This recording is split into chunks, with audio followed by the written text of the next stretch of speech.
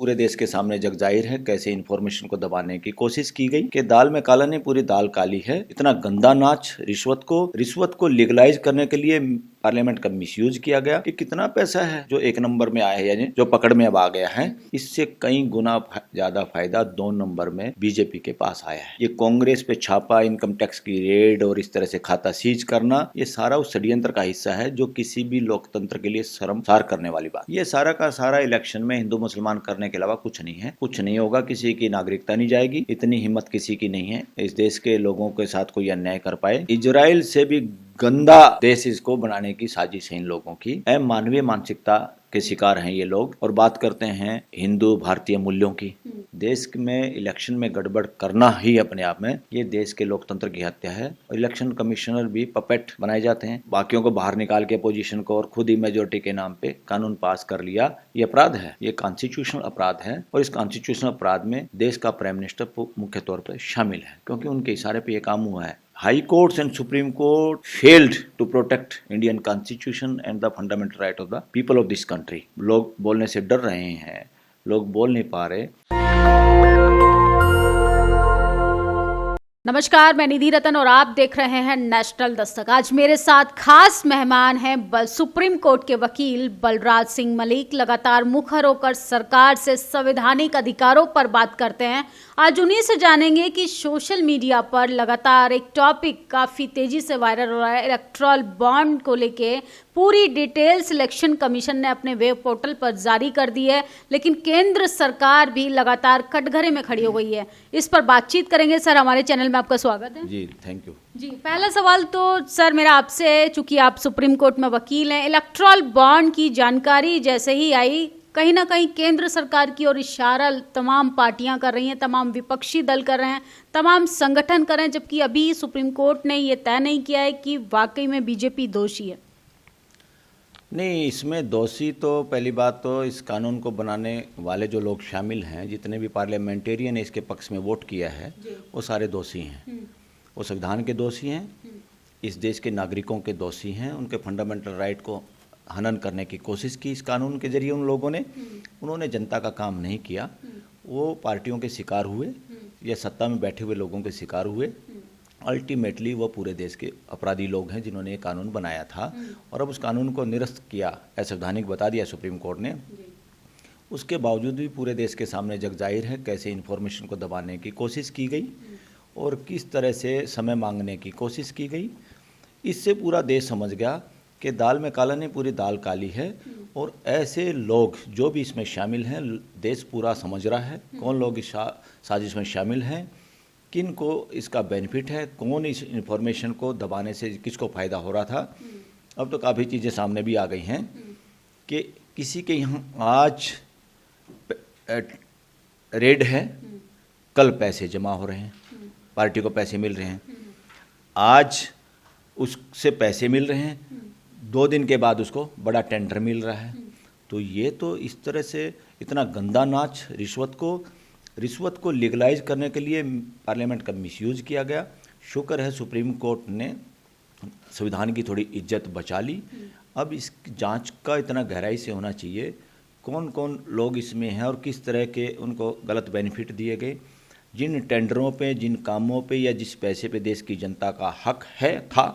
अगर किसी ने फ्रॉड किया है, किसी ने एम्बेजलमेंट की है, ठगी ठोरी की है इस देश के साथ, वो पैसा देश का पैसा है, वो पार्टियों का पैसा नहीं हो सकता। इसलिए इन कंपनियों ने ज़्यादा बेनिफिट उठाने के लिए या जो बदमाशी को अपनी को उससे छुटकारा पाने के लिए ये पैसे दिए गए हैं। बड़ी बात ये भी है कि कितना पैसा है जो एक नंबर में आया है, यानी जो पकड़ में अब आ गया है, इससे कई गुना ज़्यादा फायदा 2 नंबर में बीजेपी के पास आया है। और इसीलिए ये कांग्रेस पे छापा, इनकम टैक्स की रेड और इस तरह से खाता सीज करना, ये सारा उस षड्यंत्र का हिस्सा है जो किसी भी लोकतंत्र के लिए शर्मसार करने वाली बात है। आपने एक आरोप लगाया कि बीजेपी के पास जो जनता का पैसा है, जनता का पैसा आप उसे बता रहे हैं, तो वो जनता के हित में भी तो लग रहा है। आप देखेंगे लगातार विकसित भारत का सपना देखने वाले देश के प्रधानमंत्री राष्ट्र के लिए ही काम कर रहे हैं, राष्ट्र के लिए ही वो उस पैसे का यूज कर रहे हैं। लेकिन ऐसे आरोप प्रत्यारोप से मुझे लगता है किसी इंडिविजुअल पार्टी का नाम तो नहीं लेना चाहिए। नहीं, इंडिविजुअल का नहीं, दूसरी पार्टियां तो इसमें ये शामिल है कि जब ये कानून बना और उन्होंने भी इलेक्टोरल बॉन्ड लिए हैं, मगर उन्होंने तो कहा कि यस पता चलना चाहिए, कोई दिक्कत नहीं हमारे को। कम से कम वो इस मामले में देश के साथ आ गए थे ट्रांसपेरेंसी में। और देश का पैसा लोग देना चाहें ना देना चाहें, ये कंपनियों ने कोई अपने प्रॉफिट से थोड़ा दिया है। जिन्होंने टेंडर लेने के लिए या अपनी बदमाशियों को छुपाने के लिए, अपने खिलाफ जो केसेज हैं उनको ख़त्म करवाने के लिए, या उन लोगों को टारगेट बना बना के पैसे इकट्ठे किए गए, डरा डरा के पैसे, ये देश का संविधान और देश का कानून इसकी इजाज़त नहीं देता। ये तो सुप्रीम कोर्ट के चीफ जस्टिस या सुप्रीम कोर्ट के उस बेंच ने एक अच्छा काम किया, बड़ा हिम्मत का काम किया, और ऐसा लगा वाकई सुप्रीम कोर्ट ऑफ इंडिया है। मगर सुप्रीम कोर्ट में कई ऐसे बेंच भी हैं, सुप्रीम कोर्ट के कई ऐसे कोर्टें हैं, सुप्रीम कोर्ट के अंदर कई सारी कोर्टें हैं, बहुत सारे जज हैं जो 2-2 की संख्या में कोर्ट चलाते हैं। और जो बड़ा बेंच होता 3 का भी होता है, और जो संवैधानिक किसी बात की व्याख्या करनी होती है, क्लैरिफाई करना होता देश के सामने क्या सही क्या गलत कानून, तो उसको कॉन्स्टिट्यूशनल बेंच कहते हैं। तो कई बेंच अभी भी ऐसे हैं, उनके सामने लोगों को लगता नहीं, और देश में गलत मैसेज जा रहा है, और गलत मैसेज सही है एक तरह से।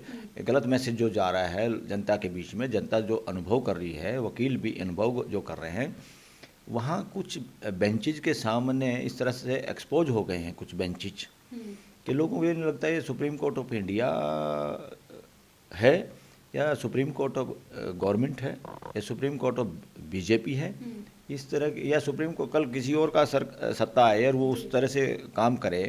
अरे भाई, सुप्रीम कोर्ट ऑफ इंडिया का मतलब है देश की कोर्ट, और देश की कोर्ट का मतलब देश के लोगों की कोर्ट, वो सरकार की कोर्ट नहीं है। इसी तरह हाई कोर्ट ऑफ दिल्ली के लोगों की कोर्ट है, वो दिल्ली सरकार की कोर्ट नहीं है, या सीएम और पीएम की ये कोर्टें नहीं हैं। तो उनका बिहेवियर, उनका आचरण कॉन्स्टिट्यूशन के हिसाब से, और कॉन्स्टिट्यूशन में भी प्रीएम्बल के हिसाब से उनका आचरण नज़र आना चाहिए, जजेज का भी और कोर्ट का भी, जो कई बार गायब है और स्पष्ट तौर पे अब दिखाई देता है देश को कि ये बहुत गलत है। तो कैसे चेंजेस आएंगे, क्योंकि जनता के बीच में कहीं ना कहीं आप कोर्ट की बात कर लें, चाहे तमाम प्रशासन सेवाओं की अगर बात करेंगे, तो उनकी विश्वसनीयता एकदम खोती जा रही है जनता के बीच में।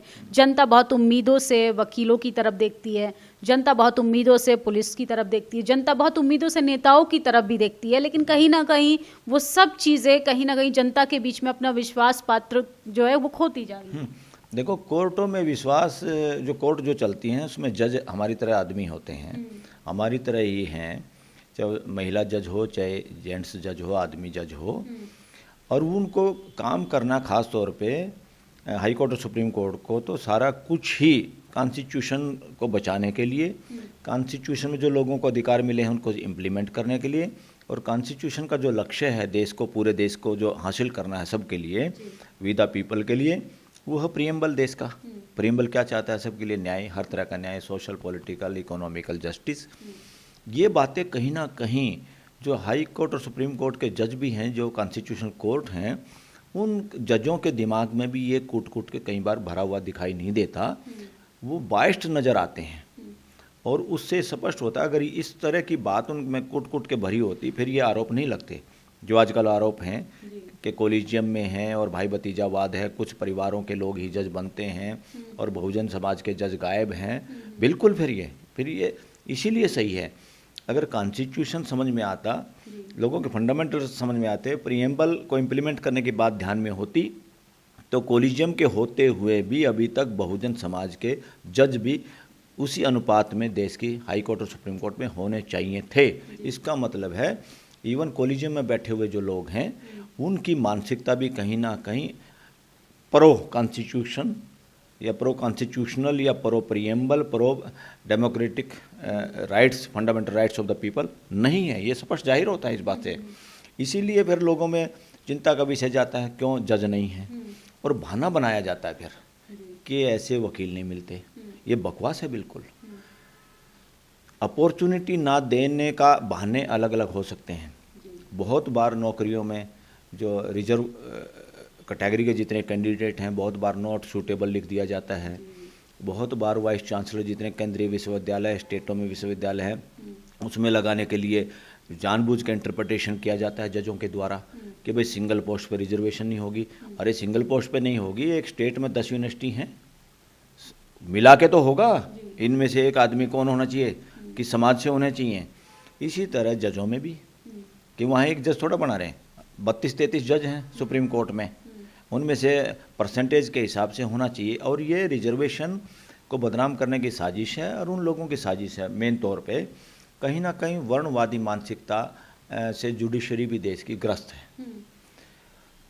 और जो लोग शुरू से इतिहास से देख लो, आज तक देख लो इसी देश का इतिहास, जो लोग संसाधनों पे, नौकरी में, सत्ता में जो काबिज हैं, लगातार रहे हैं, वो अपने स्टेटस को खोना नहीं चाहते और किसी भी तरह का चाहे कुछ करना पड़े, कोई षड्यंत्र भी करना पड़े, वो होता रहता है। अगर देश हारमोनियस ग्रोथ करता है, जो कि करनी चाहिए थी एज पर कॉन्स्टिट्यूशन, क्योंकि कॉन्स्टिट्यूशन सत्ता की बात नहीं करता, कॉन्स्टिट्यूशन व्यवस्था की बात करता है। और व्यवस्था में कोई राजा नहीं है देश में, व्यवस्था में लोग जिम्मेदारी निर्वहन करते हैं और भागीदारी करते हैं। उन्हीं में से चाहे चीफ जस्टिस ऑफ इंडिया हो, चाहे कोई प्राइम मिनिस्टर ऑफ इंडिया हो, चाहे कोई प्रेसिडेंट ऑफ इंडिया हो, ये लोग मालिक नहीं हैं। मालिक इस देश के सुप्रीम कोर्ट ऑफ इंडिया से भी बड़ी अथॉरिटी कोई है तो सुप्रीम अथॉरिटी ऑफ इंडिया है वी द पीपल, देश के लोग, देश के लोग ही वो हैं।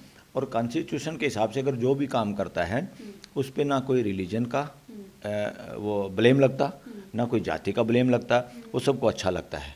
कोई जज हो या कोई ऑफिसर हो, जब वो सबकी इज्जत करता है, कॉन्स्टिट्यूशन के हिसाब से काम करता है, कोई उस पर उंगली नहीं उठाता, ना जातिवाद की उठाता, ना संप्रदायवाद की उठाता। ये तभी उठती हैं बातें जब जातिवाद और संप्रदायवाद के हिसाब से वो लोग आचरण करते हैं, वो खतरनाक है। तो ये बैरियर कैसे टूटेगा? क्योंकि बहुजन समाज की बात करें, Bahujan Samaj ST SC OBC and minority, तो उसकी भागीदारी की आपने बात की, तो वो तो नॉन फाउंड सुटेबल के आधार पे ही बाहर, खेल से बाहर है। तो खेल में वो लोग आ नहीं पा रहे हैं, ये लोग सत्ता छोड़ नहीं पा रहे हैं, तो कैसे चेंजेस आएगा? जो बैरियर बना हुआ है, जो दो सोसाइटी के बीच में, दो समाज के बीच में जो दो भाग हुए पड़े, कैसे इक्वालिटी आएगी? ये होगा पॉलिटिकल पावर भी लोगों को लेनी होगी। और जिसको हम कह रहे हैं आरक्षण, जिसको बदनाम किया जाता बार बार, ये आरक्षण नहीं है, भागीदारी है। जैसे परिवार में हर सदस्य अपनी भागीदारी चाहता है और सब भागीदारी जब तक चलती है, परिवार में भी एकता रहती, भाईचारा रहता है, प्यार प्रेम रहता है। जब भागीदारी कम की जाती है तभी घर में भी रिजेंटमेंट होती है, समाज में भी रिजेंटमेंट होती है। इसीलिए भागीदारी सुनिश्चित इस देश में करनी पड़ेगी किसी भी तरीके से, जिसके साथ डाका या डकैती होती है बार बार। और बहुत बार सुप्रीम कोर्ट और हाई कोर्ट भी इस देश के लोगों के अनुरूप और कॉन्स्टिट्यूशन के अनुरूप और प्रियम्बल के अनुरूप फैसले नहीं दे पाई हैं, जो कि काफी गंभीर सवाल आप शायद सुप्रीम कोर्ट पर उठा रहे हैं। हाँ, क्या सुप्रीम कोर्ट पर गंभीर आरोप? क्या सुप्रीम कोर्ट इस देश के लोगों की है, उनमें मैं भी शामिल हूँ और मैं एडवोकेट हूँ, तो हमारी ज़्यादा जिम्मेवारी बनती है। आम आदमी को इन बातों का पता भी नहीं होता और आम आदमी की परेशानी है, अगर किसी एस्पेक्ट को हम देख पा रहे हैं तो ये बताना जिम्मेवारी है, ये आवाज़ उठाना हमारी जिम्मेवारी है, ये आरोप नहीं है। अगर घर की गंदगी को घर के लोग साफ नहीं करेंगे तो कौन करेगा? तो हम चाहते हैं सुप्रीम कोर्ट में किसी तरह की कोई गंदगी ना हो और सुप्रीम कोर्ट की इज्जत देश के लोगों की नज़रों में बहुत बड़ी हो जाए। आपने इलेक्ट्रल बॉन्ड पे बात की है, उसका भी फैसला सोमवार को एक नेक्स्ट हियरिंग में आने वाला है। लेकिन एक और सवाल अभी देश में बहुत ज़्यादा गरमाया हुआ है CAA को लेके। ये कानून जो लाया गया, इससे किस कम्युनिटी पे ज़्यादा फ़र्क पड़ेगा, किसको देश छोड़ना होगा, किसको नागरिकता मिलेगी? और तमाम लोग तरह तरह की बातें कर रहे हैं कि अपने ही नागरिकों को अच्छे से रोजगार नहीं दे पा रही है सरकार और दूसरे देशों से लोगों को लाके नागरिकता दे रही है। ये तो दूसरे देशों को भी आवाज़ उठानी चाहिए। वो इस तरह का आरोप लगा रहे हैं पड़ोसी देशों पे। वो म्यांमार से भी काफ़ी लोग आए हुए हैं और वहाँ तो बौद्ध लोग हैं, मुसलमान भी हैं, कुछ रोहिंग्या टाइप के या नाम से जो जाने जाते हैं लोग काफ़ी इंडिया में हैं। और इसी देश में काफ़ी लोग ऐसे हैं जो कि सत्ता पक्ष के वोटर भी हैं, सपोर्टर भी हैं और डोनेटर भी हैं, जिनकी अपनी फैक्ट्रियों में, उद्योगों में वही रोहिंग्या लोग काम करते हैं और ये कतई नहीं बताते कि मेरे यहाँ, क्योंकि वो सस्ती मजदूरी कराते हैं उनसे और उनको प्रोटेक्शन भी देते हैं। ये सारा का सारा इलेक्शन में हिंदू मुसलमान करने के अलावा कुछ नहीं है, कुछ नहीं होगा, किसी की नागरिकता नहीं जाएगी, इतनी हिम्मत किसी की नहीं है इस देश के लोगों के साथ कोई अन्याय कर पाए।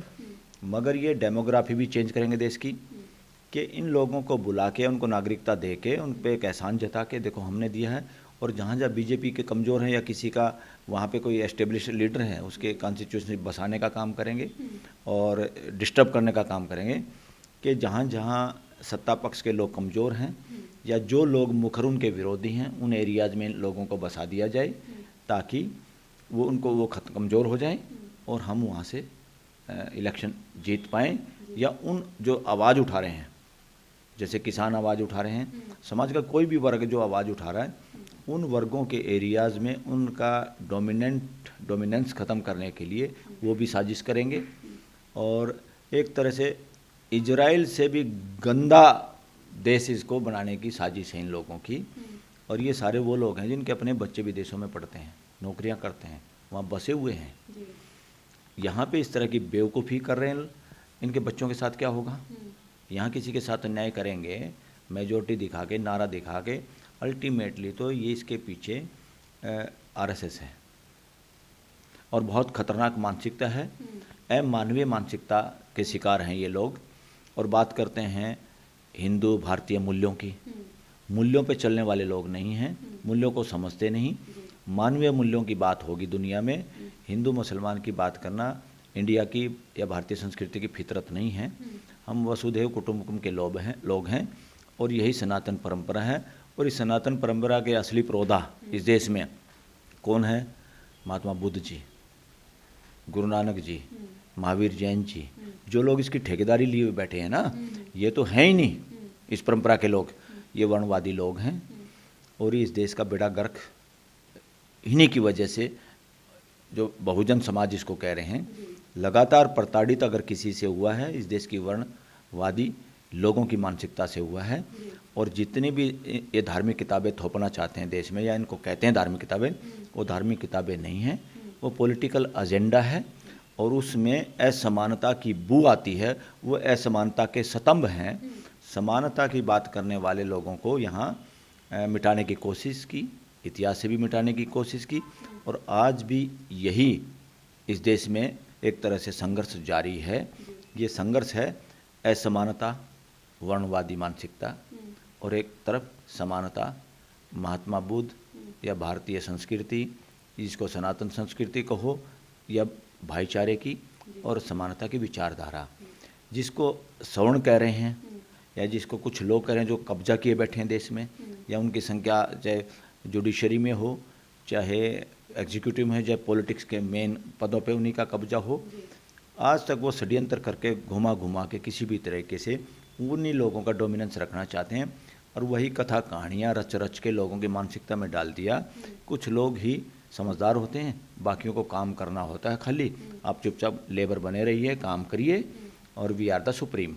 तो इस तरह की जो मानसिकता देश में फैल गई कथा कहानियों से और धार्मिकता के नाम पे, इन सब को दफन करने की जरूरत है। जी, आप इतने आरोप प्रत्यारोप लगा रहे हैं आरएसएस पे, बीजेपी पर, वर्तमान सरकार पर, फिर भी वो 405 सरकार बनाने का दावा कर रही है, बहुमत से सत्ता में आती है। हाँ, देखो जो लोग काम कर रहे हैं, किसी आदमी से कोई जाति दुश्मनी नहीं है, किसी नागरिक की एक दूसरे की, हमारी भी नहीं है।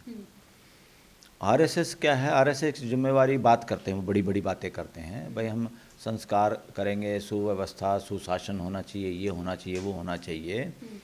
सबसे ज़्यादा बड़ी बात तो ये है कि जब से उन्होंने एक संघर्ष किया,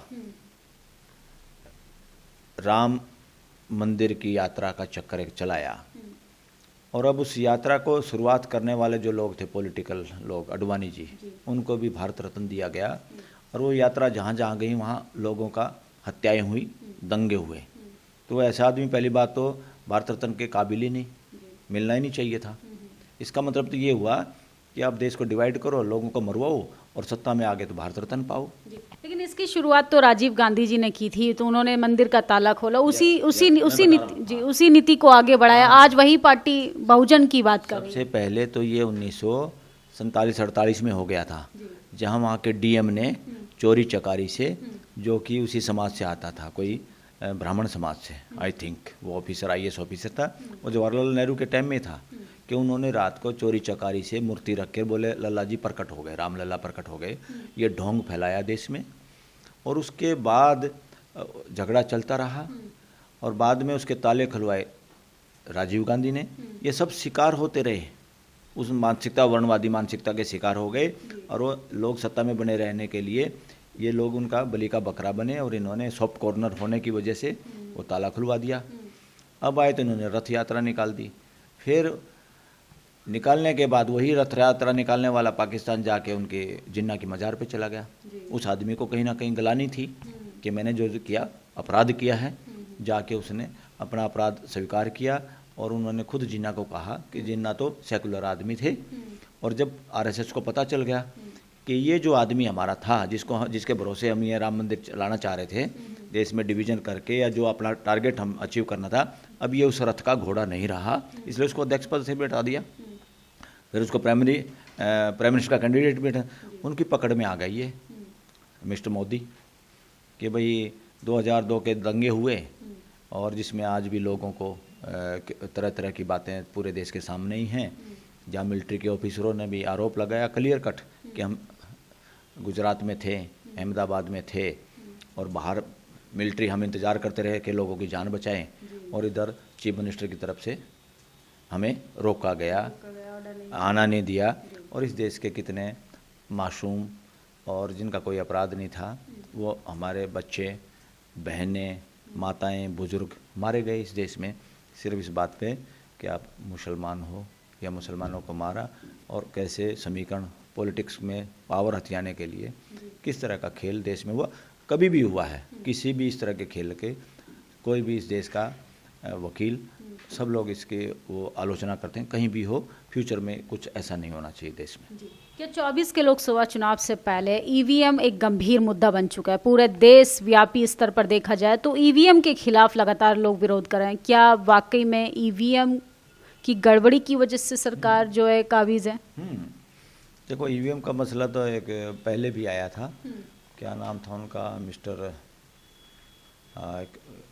एक बंदे का मैं नाम नहीं जान रहा, वो डीएम थे। डीएम ही वो चीफ इलेक्टोरल ऑफिसर होता है जब इलेक्शन होते हैं, उससे गड़बड़ कराई गई। उसने लेटर भी दिया था जो अखबारों में छपा था जब बीजेपी की सरकार थी, और उसको वादा किया गया था तुम्हें वो बनाएंगे इलेक्शन कमिश्नर। जब उसको नहीं बनाया, दूसरों को बना दिया, तो उसने अपनी सारी बात बता दी कि मेरे को क्या क्या कहा, क्या क्या गड़बड़ करने के लिए कहा था। और वो लेटर आया था, अभी मैं नाम भूल गया, अभी डिस्कशन चल रहा था सुप्रीम कोर्ट में उस आदमी का नाम का भी। ये पहले ही हो गया था।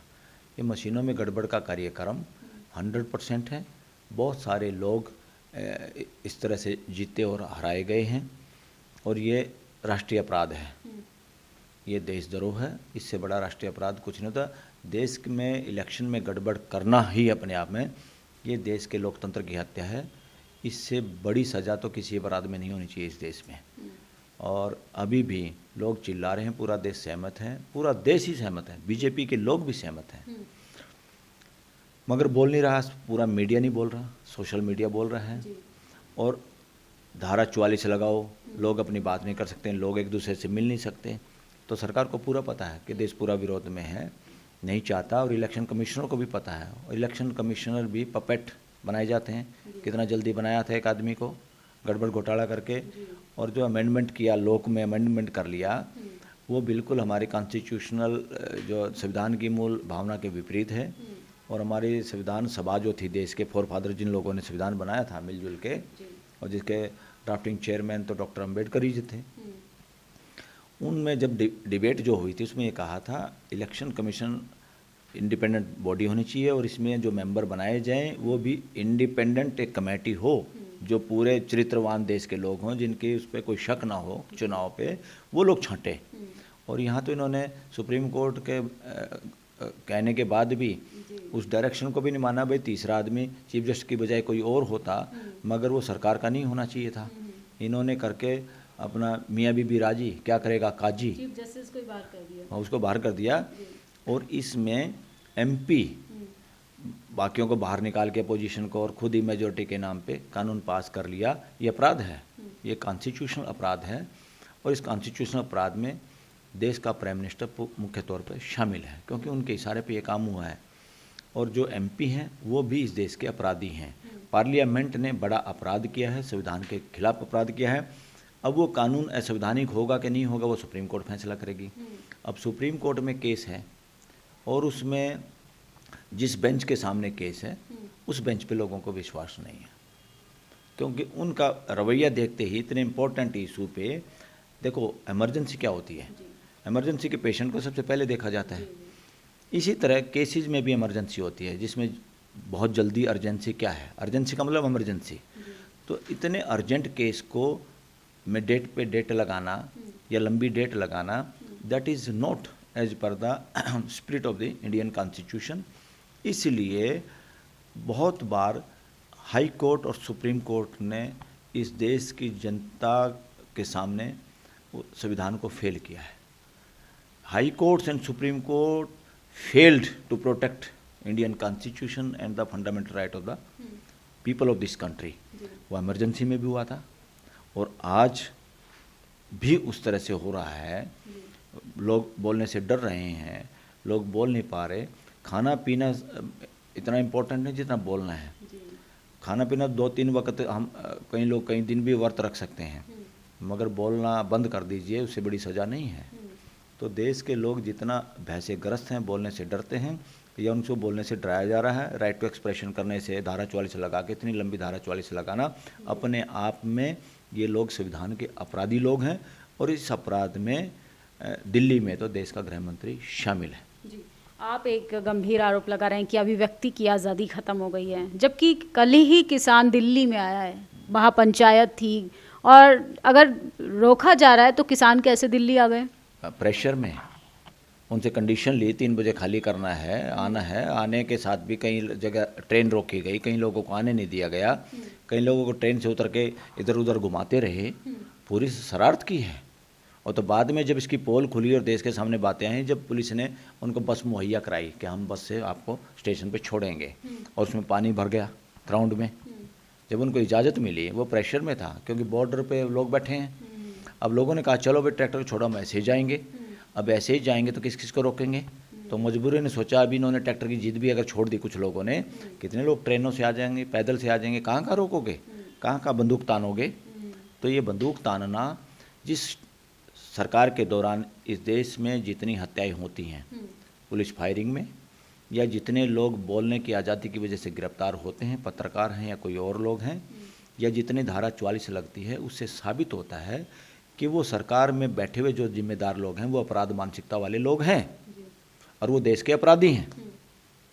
तो कैसे चेंजेस आएंगे? क्योंकि आप इतने सारे मुद्दे बता रहे हैं, इतनी सारी असफलताएं सरकार की गिनवा रहे हैं, टीवी अखबार में तो उसकी कहीं चर्चा नहीं है। टीवी अखबार कहाँ है? टीवी अखबार का तो हिसाब करना पड़ेगा, सत्ता परिवर्तन के बाद इनका हिसाब करना पड़ेगा। और इनसे वो जो एडवर्टाइजमेंट का कहाँ से चल रहे हैं, टीवी कैसे चलते हैं चैनल्स, कि उनको एडवर्टाइजमेंट मिलती है अखबार को भी जब, और वो एडवर्टाइजमेंट किसकी तरफ से मिलती है? प्राइवेट बिजनेसमैन या सरकार? प्राइवेट बिजनेसमैन भी देते हैं, सरकार के कहने पे देते हैं वो भी, पता आप लोगों को, क्योंकि उनको बिजनेस करना है। और वो चैनल भी किसके हैं? उन्हीं व्यापारियों के, जो एक तरफ डोनेशन दे रहे हैं, इलेक्ट्रल बॉन्ड खरीद रहे हैं, दूसरी साइड में उधर से उनको मिल रही है एडवर्टाइजमेंट, उसी का कमीशन के रूप में वापस सरकार को दे रहे हैं। वो देश का पैसा है। वहाँ पे सरकार की पॉलिसी का तो डिस्कशन हो सकता है, मगर एक्स्ट्रा जितना भी समय है देश की समस्याओं को रखने की जिम्मेवारी है। तो ये लोग चैनल जिम्मेवारी नहीं निभा रहे हैं। और चैनल को जो लाइसेंस मिलता है, पता है आपको, चैनल को लाइसेंस देने का कोई प्रोविज़न देश में नहीं है। वो आर्टिकल 19 के तहत ही मिलता है। और वो 19 में लोगों के फंडामेंटल राइट टू एक्सप्रेशन है, बोलने की आज़ादी। आप लोग चैनल तो एक माध्यम हो लोगों की आवाज़ को माइक के जरिए उसको अपने आगे फॉरवर्ड करने के लिए, वो लाइसेंस एक तरह से लोगों के लिए की तरफ से है। तो देश की जनता तो अब ये चाहती है जितने मेन स्ट्रीम मीडिया वाले चैनल हैं इनके सबके लाइसेंस रद्द हो, इनकी पूरी जांच हो। और ये अपने पत्रकारों को भी क्या क्या मिसयूज़ करते हैं, उनको फ्री हैंड नहीं देते देश की खबर दिखाने के लिए, उनको पंगु बना के बंधुआ मजदूर बना के रख रहे हैं। इतना तो भट्टे के मजदूरों को भी नहीं, भट्टे के मजदूरों को एक मुक्ति आंदोलन चला था देश में और उनको आज़ादी दिलवाई थी, सुप्रीम कोर्ट ने डायरेक्शन दी थी। फ्यूचर में ज़रूरत है कि चैनल पे जो काम करने वाले, मेन स्ट्रीम चैनल पे जो काम करने वाले हैं, चैनलों में काम करने वाले जो लोग हैं, उनके कर्मचारियों के लिए भी, और वो कैसे काम करें इंडिपेंडेंटली, देश के लोगों की कैसे आवाज़ उठा पाएँ, इसके लिए गाइडलाइन की जरूरत है इस देश में सुप्रीम कोर्ट द्वारा, और ये होगा फ्यूचर में। और इनके चैनल भी बंद और इनका हिसाब किताब भी, कितना इनको एडवर्टाइजमेंट में पैसा मिला है और इन्होंने उस पैसे का कहाँ यूज़ किया है, अपने कर्मचारियों को दिया है कि नहीं दिया, या उल्टे वापस सरकार को दे दिए, और क्या क्या खबर चलाई है। ऑडिट भी किया जाएगा कि देश में देश के पैसे से एडवर्टाइजमेंट एक आदमी की या एक पार्टी की हो रही है या देश की समस्याओं को उजागर किया जा रहा है। तो ये तो अपराधी हैं, देशद्रोही लोग हैं, और ये सारे के सारे ज़्यादा खतरनाक अपराधी हैं देश के लिए। छोटे अपराधी, किसी ने चैन तोड़ ली, किसी ने एक हत्या कर दी, कोई इतने बड़े अपराधी नहीं, जितनी अपराध मानसिकता के ये लोग हैं, इन चैनलों को कंट्रोल करने वाले, और इन चैनलों के द्वारा जो परोसा जा रहा देश के सामने नैरेटिव बनाने के लिए और देश के लोगों को मूर्ख बनाने के लिए। नेशनल दस्तक की आपसे गुजारिश है कि अगर इसको बचाना चाहते हैं तो नेशनल दस्तक को सब्सक्राइब करने के लिए रेड कलर के सब्सक्राइब बटन को दबाएं, फिर बेल आइकन की घंटी दबाएं। नेशनल दस्तक को बचाने के लिए बहुत जरूरी है कि हर खबर को शेयर करें, लाइक करें, कमेंट जरूर करें।